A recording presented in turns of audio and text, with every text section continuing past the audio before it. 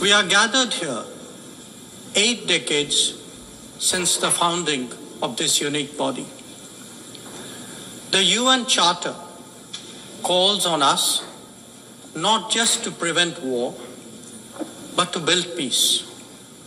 Not just to defend rights, but to uphold the dignity of every human being.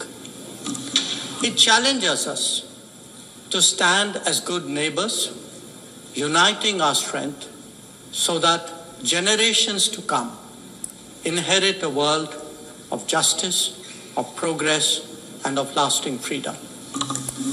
Madam President, forces unleashed by history since the founding of the UN propelled this body forward. As decolonization advanced, the world began to return to its natural diversity. The membership of the United Nations quadrupled, and the organization's role and remit grew significantly. In the era of globalization, its agenda evolved even further. Development goals took center stage, even as climate change emerged as a shared priority. Trade acquired greater prominence, while food and health access were recognized as essential to global well-being. Where security was concerned, the UN undertook peacekeeping operations and promoted disarmament discussions. As a result, the UN became a natural platform to debate key global issues. Madam President, we must ask ourselves today, how has the UN lived up to expectations? And just look at the state of the world. There are 2 significant conflicts underway, one in Ukraine and the other in the Middle East, West Asia. Innumerable other hotspots don't even make the news. The slow progress of the SDG Agenda 2030 presents a sorry picture. On climate change, the reality is of recirculated commitments and creative accounting. If climate action itself is questioned, what hope is there for climate justice? When a once-in-a-century pandemic hits us, we saw open discrimination in access to vaccines and to travel. Energy and food security have been the first casualties of conflict and disruption, especially since 2022. Better off societies insulated themselves by having the first call. The resource-stressed ones scrambled to survive, only to hear sanctimonious lectures thereafter. When it came to trade, non-market practices gamed rules and regimes. The resulting concentration exposed the world to leveraging. On top of that, we now see tariff volatility and uncertain market access. As a result, de-risking is a growing compulsion, whether from limited sources of supply or over-dependence on a particular market.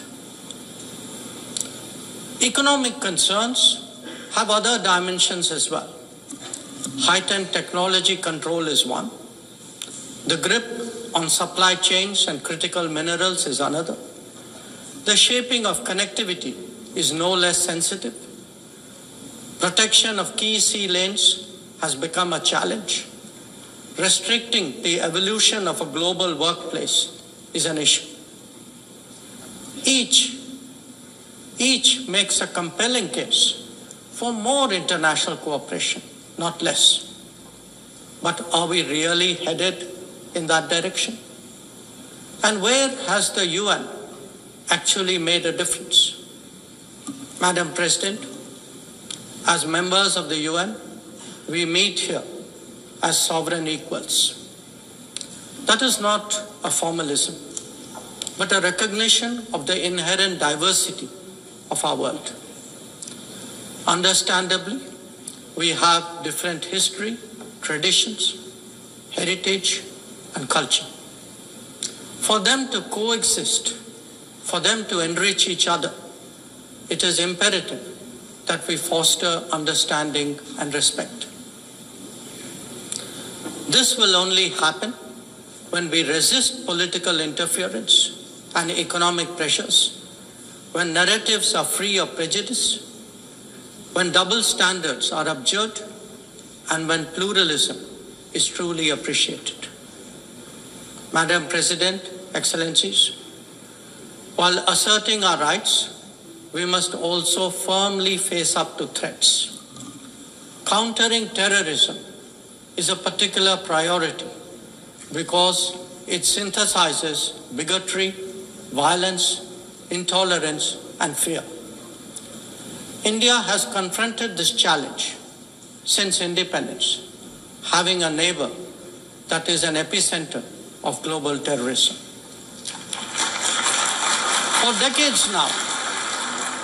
For decades now, major international terrorist attacks are traced back to that one country. UN's designated lists of terrorists are replete with its nationals. The most recent example of cross-border barbarism was the murder of innocent tourists in Pahalgam in April this year.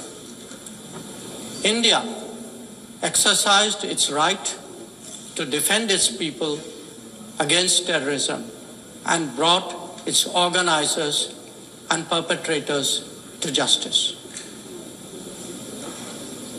Because terrorism is a shared threat, Madam President, it is essential that there is much deeper international cooperation. When nations openly declare terrorism a state policy, when terror hubs operate on an industrial scale, when terrorists are publicly glorified, then such actions must be unequivocally condemned. The financing of terrorism must be choked, even as prominent terrorists are sanctioned. Relentless pressure must be applied on the entire terrorism ecosystem. Those who condone nations that sponsor terror will find that it comes back to bite them. Madam President, an objective report card will show that the UN is in a state of crisis. When peace is under threat from conflicts, when development is derailed by lack of resources, when human rights are violated by terrorism, the UN remains gridlocked. As its ability to forge common ground diminishes, belief in multilateralism also recedes. Central to the erosion of the UN's credibility has been resistance to reform. Most members strongly desire change, but the process is being made an obstacle to the outcome. It is imperative that we see through this cynicism and purposefully address the reform agenda. The historical injustice done to Africa should be redressed. Both permanent and non-permanent membership of the Council must be expanded. A reformed Council must be truly representative, and India stands ready to assume greater responsibilities. Madam President, today the predicament of the Global South is especially acute. Bharat, under the leadership of Prime Minister Narendra Modi, believes that it has both a duty to contribute and an obligation to motivate. That is why we have undertaken more than 600 major development projects in 78 countries, as well as innumerable community-based initiatives. They range from large infrastructure to small livelihoods, from capacity building to people's welfare, from concrete assets to education and training. Turbulent times require that we step forward during moments of crisis. India has been forthcoming in that regard, especially in its immediate vicinity. Whether it is finance, food, fertilizer, or fuel, we have responded to the urgent requirements of our neighbors. Madam President, climate events and conflicts have created a demand for HADR assistance.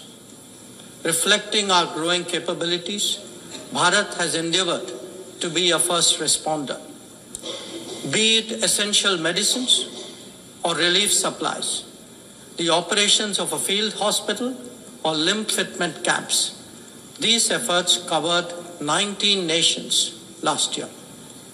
The people of Afghanistan and those of Myanmar saw India extend its hand during recent earthquakes.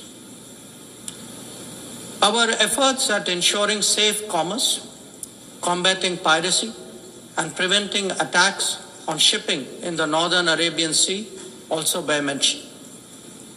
And the Indian tradition of UN peacekeeping operations continues in the Democratic Republic of Congo, in Western Sahara, Central African Republic, Golan Heights, Cyprus, Lebanon, Abyei, South Sudan, and Somalia. To put it clearly, our soldiers ensure peacekeeping, our sailors protect maritime shipping, our security counters terrorism, our doctors and teachers facilitate human development the world over, our industry produces affordable products, our techies promote digitization, and our training facilities are open to the world. These remain the core of our foreign policy. Madam President, each one of us has the opportunity of contributing to peace and prosperity. In the case of conflicts, especially Ukraine and Gaza, even those not directly involved have felt its impact. Nations who can engage all sides must step up in the search for solutions. India calls for an end to hostilities and will support any initiative that will help restore peace. The last decade in Bharat has also seen transformative changes due to the vision of Prime Minister Modi. Our digital public infrastructure has redefined governance and enabled delivery of public services on an unprecedented scale. Our startup ecosystem, innovation culture, and microfinance are changing the face of society. Our rapidly growing infrastructure facilitates both ease of doing business and ease of living for citizens. India remains committed to sharing its experiences and tools with others on their journey of development. Artificial intelligence as a horizontal and cross-cutting technology has a particular promise for development. India's approach is to harness it responsibly for human welfare. Inclusion and impact will be the watchwords for the summit that India will host in 2026. Madam President, Bharat approaches the contemporary world guided by three key concepts. One, Atmanirbharta, or self-reliance. That means developing our own capabilities, building our own strengths, and nurturing our own talent. We see its results already, be it in manufacturing, in space programs, in pharma production, or in digital applications. Make, innovate, and design in India also benefit the world. 2. Atma Raksha, or securing oneself. We remain determined to protect our people and secure their interests at home and abroad. That means zero tolerance for terrorism, robust defense of our borders, forging partnerships beyond, and assisting our community abroad. And 3, Atma Vishwas, or self-confidence. As the most populous nation as a civilizational state, as a rapidly growing major economy, we are confident about who we are and what we will be. Bharat will always maintain its freedom of choice and will always be a voice of the Global South. Madam President, these are certainly challenging times for the international community. Many of our assumptions and expectations no longer hold. In such circumstances, it is imperative to stay strong, to hold firm, and to deepen friendships. International cooperation must prevail because islands of prosperity cannot flourish in an ocean of turbulence. A world order requires common purpose, as it does empathy for others. That is where we look to the United Nations. Madam President, every member who can make this world a better place must have the opportunity to do their utmost. And for that to happen, reformed multilateralism is the obvious way. The 9th decade of the UN must be one of leadership and hope. Bharat will do its fair share and more. I thank you.